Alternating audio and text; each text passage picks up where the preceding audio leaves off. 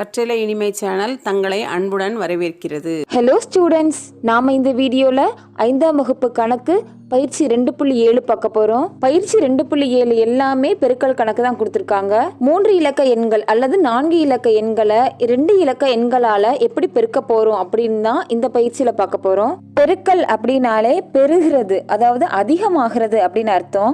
குறிப்பிட்ட அளவுல அது அதிகமாகிக்கிட்டே இருக்கும், அதை தான் பெருக்கல் அப்படின்னு சொல்றோம். பெருக்குக அப்படிங்கிற ஹெட்டிங்ல சப்டிவிஷன் ஏ பாருங்க. 473 பெருக்கல் 48.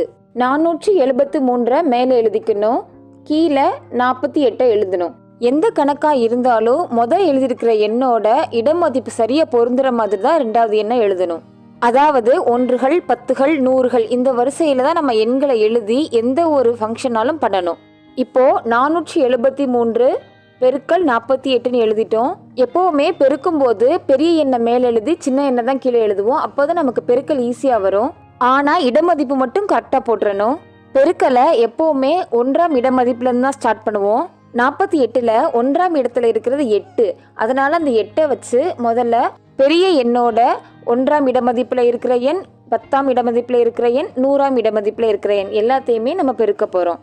நம்ம முதலே சொன்ன மாதிரி பெருக்கல் வாய்ப்பாடு தெரிஞ்சிருந்தாதான் பெருக்கல் ஈஸியாக செய்ய முடியும். சரி, முதல்ல 8 எடுத்துப்போம். 8 3ஆல் பெருக்கணும். 8 3 24. அந்த 24ல் 4 அப்படிங்கிற எண்ணை மட்டும் 1ஆம் இலக்கத்தில் எழுதிட்டு 10ஆம் இலக்கத்தில் இருக்கிற 2 அப்படியே வச்சுருப்போம். அடுத்து 8 7ஆல் பெருக்க போகிறோம். 7 8 56. ஏற்கனவே 2 மீதம் இருக்கா, அதோடு இதை கூட்டிக்கிடணும். 57 58. இப்போ நம்ம கிடைச்சிருக்கிறது 58 அப்படிங்கிற விடை. அந்த 58ல் 8 மட்டும் எடுத்து எழுதிட்டு ரிமைனிங் இருக்கிற 5 அப்படியே வச்சுப்போம். அடுத்து 8 4ஆல் பெருக்கணும். 4 8 32. 32ஓட அந்த 5 கூட்டணும். 5 கூட்டினோன்னா 33 34 35 36 37. அந்த 37 நம்ம அப்படியே எழுதிடுவோம், ஏன்னா அதுதான் கடைசி எண். அதுக்கப்புறம் எண்கள் எதுவுமே கிடையாது, அதனால நம்ம அந்த 37 அப்படியே எழுதிடுறோம்.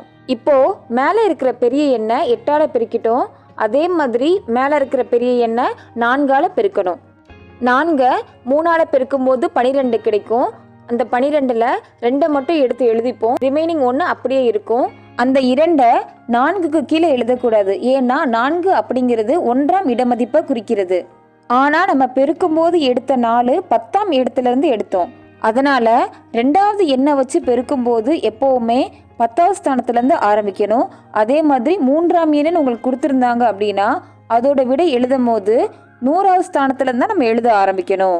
அடுத்தது 4 7ஆல் பெருக்க போகிறோம். 4 7 28. நம்ம ஏற்கனவே ஒரு 1 ரிமைனிங் வச்சுருக்கிறோமா, அதோட சேர்த்தோம் அப்படின்னா 29. அந்த 29ல் 9 மட்டும் எழுதிட்டு மீதம் இருக்கிற 2 அப்படியே வச்சுருப்போம். அடுத்தது 4 4ஆல் பெருக்கணும். 4 16. 16ஓட ஏற்கனவே நம்மக்கிட்ட 2 இருக்குதா, அதை கூட்டிக்கணும். 17 18. அந்த 18 அப்படியே எடுத்து எழுதிடணும். இப்போ 473 அப்படிங்கிற எண்ணை 8ஆல் பெருக்கியிருக்கோம். அதே மாதிரி 4ஆலையும் பெருக்கி தனித்தனியாக வச்சுருக்கோம். இது ரெண்டையும் நம்ம இப்போ கூட்டணும். முதல்ல 4 அப்படிங்கிற எண் கொடுத்துருக்காங்க. 4 அப்படிங்கிற எண்ணுக்கு கீழே எந்த ஒரு எண்ணுமே இல்லை, அதனால் நம்ம 4 அப்படியே எடுத்து எழுதிடலாம் கீழே. அடுத்தது 8 2 அப்படின்னு கொடுத்துருக்காங்க. 8ஓட 2 கூட்டினோன்னா 10. அந்த 10ல் 0 மட்டும் எழுதிட்டு ரிமைனிங் இருக்கிற 1 பக்கத்து இடமதிப்போடு சேர்த்துக்கணும். பக்கத்து இடமதிப்பில் 7 இருக்கா, அந்த 7க்கு மேலே நம்ம 1ன்னு போட்டுப்போம், அப்போதான் மறக்காமல் இருக்கும். இப்போ இந்த இடமதிப்பை கூட்டும்போது நமக்கு 17 கிடைக்குது. அந்த 17ல் 7 மட்டும் போட்டுட்டு ரிமைனிங் இருக்கிற 1 பக்கத்து இடமதிப்பில் வச்சுருவோம். இதை கூட்டும் போது 12 அப்படின்னு கிடைக்குது. 12ல் 2 மட்டும் வச்சுட்டு ரிமைனிங் இருக்கிற 1 பக்கத்து ஸ்தானத்தில் சேர்த்துருவோம். அந்த ஸ்தானத்தில் பார்த்தோன்னா நமக்கு 1 தான் இருக்குது. அந்த 1ஓட இந்த 1ஐயும் சேர்க்கும் போது நமக்கு 2 கிடச்சிரும். அந்த 2 எழுதிக்கோங்க. இதுதான் நம்ம கணக்கோட விடை. அதாவது 473 48ஆல் பெருக்கும் போது நமக்கு 22,704 கிடைச்சிருக்கு. அடுத்து சப்டிவிஷன் பி பாருங்க. 4 இலக்க எண்ணால் ஈரிலக்க எண்ணை பெருக்க சொல்லியிருக்காங்க. 4052 19ஆல் பெருக்கணும். போன கணக்கில் செஞ்ச மாதிரியே தான், ஆனால் இதில் 4 இலக்கம் கொடுத்துருக்காங்க, அதுதான் வித்தியாசம். 4052 மேலே எழுதிக்கிடணும். அதே மாதிரி 19 கரெக்டாக இலக்கங்கள் மாறாமல் கீழே எழுதிக்கணும். எழுதிட்டு முதல்ல 9 வச்சு மேலே இருக்க 4 எண்களையும் பெருக்கணும். அடுத்து 1ஆல் மேலே இருக்க 4 எண்களையும் பெருக்கணும். வந்த விடை 2ஐயுமே கூட்டணும். அதுதான் நம்ம பண்ண போகிறோம். முதல்ல 9 2 18, 18ல் 8 எடுத்து அப்படியே எழுதிப்போம். ரிமைனிங் 1 அப்படியே வச்சுருக்கணும்.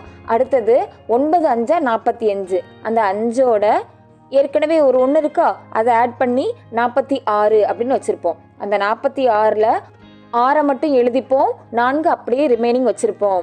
அடுத்து 9ஐயும் 0ஐயும் பெருக்கணும். 0த்தை எந்த எண்ணால் பெருக்கினாலுமே நமக்கு 0 தான் கிடைக்கும். அப்போது அந்த 0த்தோட நம்ம ஏற்கனவே ஒரு 4 வச்சுருந்தோமா, அதை கூட்டணும். 0த்தோட 4 கூட்டினா நமக்கு 4 கிடைக்கும். அந்த 4 அப்படியே எழுதிக்கணும். அடுத்தது 9ஐ 4ஆல் பெருக்கணும்.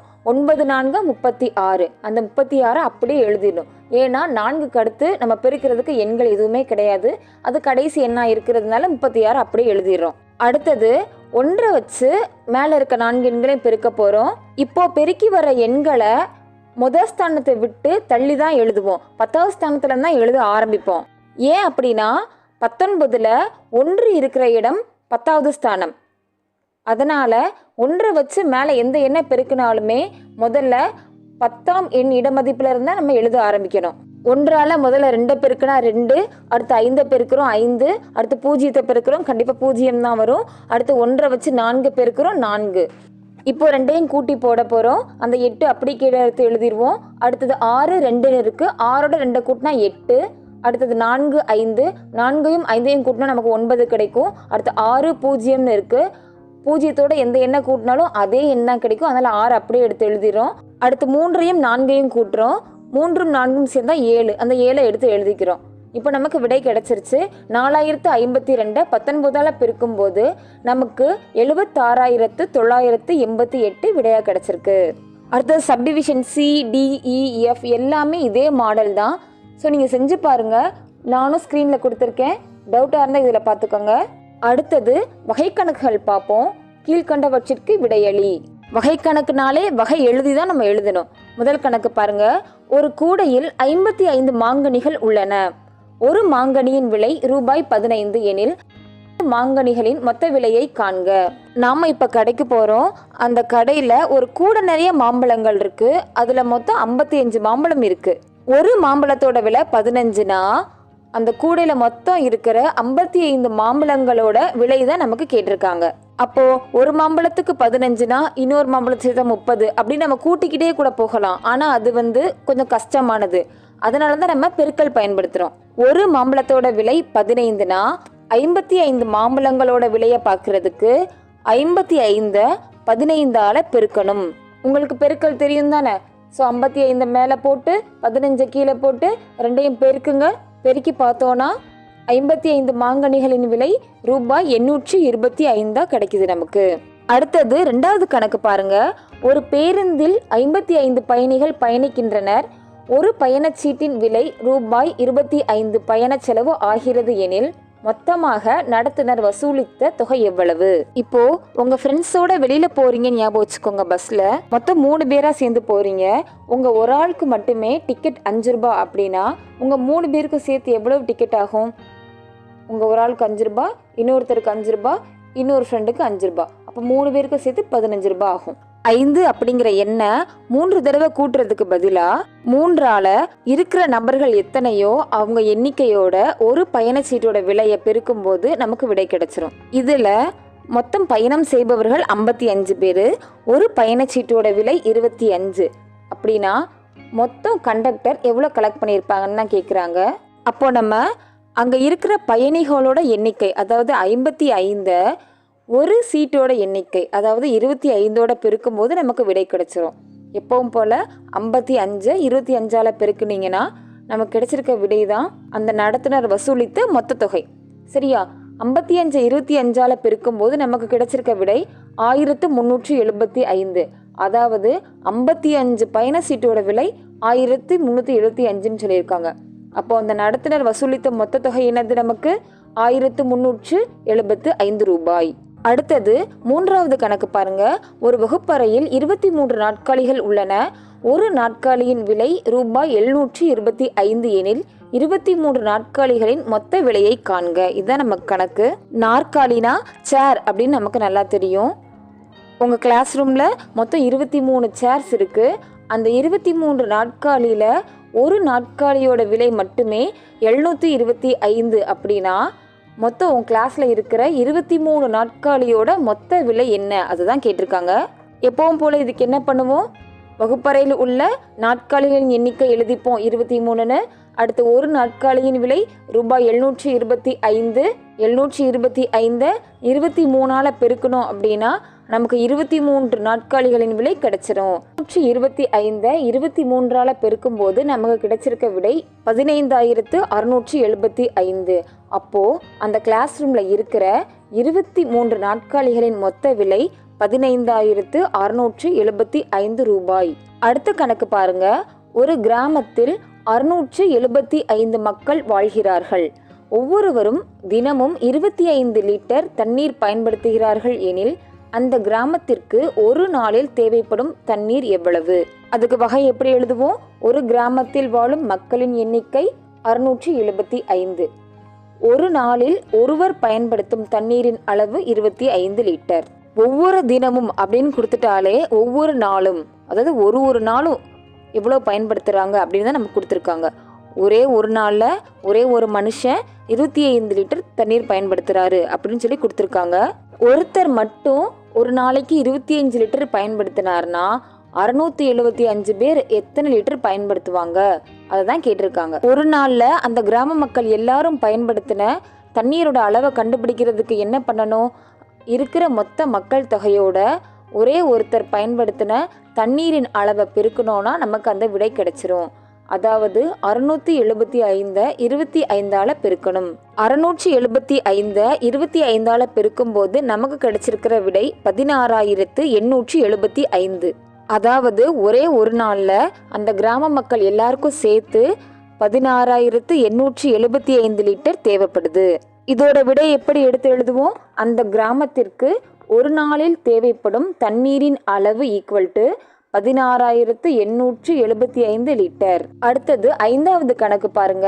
ஒரு கட்டடத்தில் 26 அறைகள் உள்ளன. ஒரு அறைக்கு வண்ணம் தீட்ட ரூபாய் 950 செலவாகிறது எனில் அக்கட்டடத்திற்கு வண்ணம் தீட்ட ஆகும் மொத்த செலவு எவ்வளவு? இதுக்கு வகை எப்படி எழுதுவோம்? ஒரு கட்டடத்தில் உள்ள அறைகளின் எண்ணிக்கை 26. அடுத்தது ஒரு அறைக்கு வண்ணம் தீட்ட ஆகும் செலவு ரூபாய் 950. ஒரு பெரிய பில்டிங் இருக்கு, அது ஹோட்டலாவோ இல்லை வீடாவோ இருக்கலாம். அதில் மொத்தம் 26 ரூம்ஸ் இருக்குன்னு நினச்சிக்கோங்க. ஒரே ஒரு ரூமுக்கு பெயிண்ட் பண்ண மட்டுமே ரூபாய் 950 ஆகும். அப்படின்னா 26 ரூமுக்கு பெயிண்ட் பண்ண நமக்கு எவ்வளோ ஆகும் அப்படின்னு சொல்லி கேட்டிருக்காங்க. அப்போது 950 26ஆல் பெருக்குனா நமக்கு விடை கிடைச்சிரும். அப்படி பெருக்கும் போது நமக்கு கிடைச்சிருக்க விடை 24,700. அப்போ எப்படி எடுத்து எழுதணும்? அக்கட்டடத்திற்கு வண்ணம் தீட்ட ஆகும் செலவு ரூபாய் 24,700. ஸ்டூடெண்ட்ஸ், இந்த வீடியோவில் நம்ம பார்த்த கணக்கெல்லாம் உங்களுக்கு புரிஞ்சிருக்கும்னு நினைக்கிறேன். ஏதாவது காம்ப்ளிமெண்ட் இருந்ததுன்னா கமெண்ட் பண்ணுங்க. Thank you students.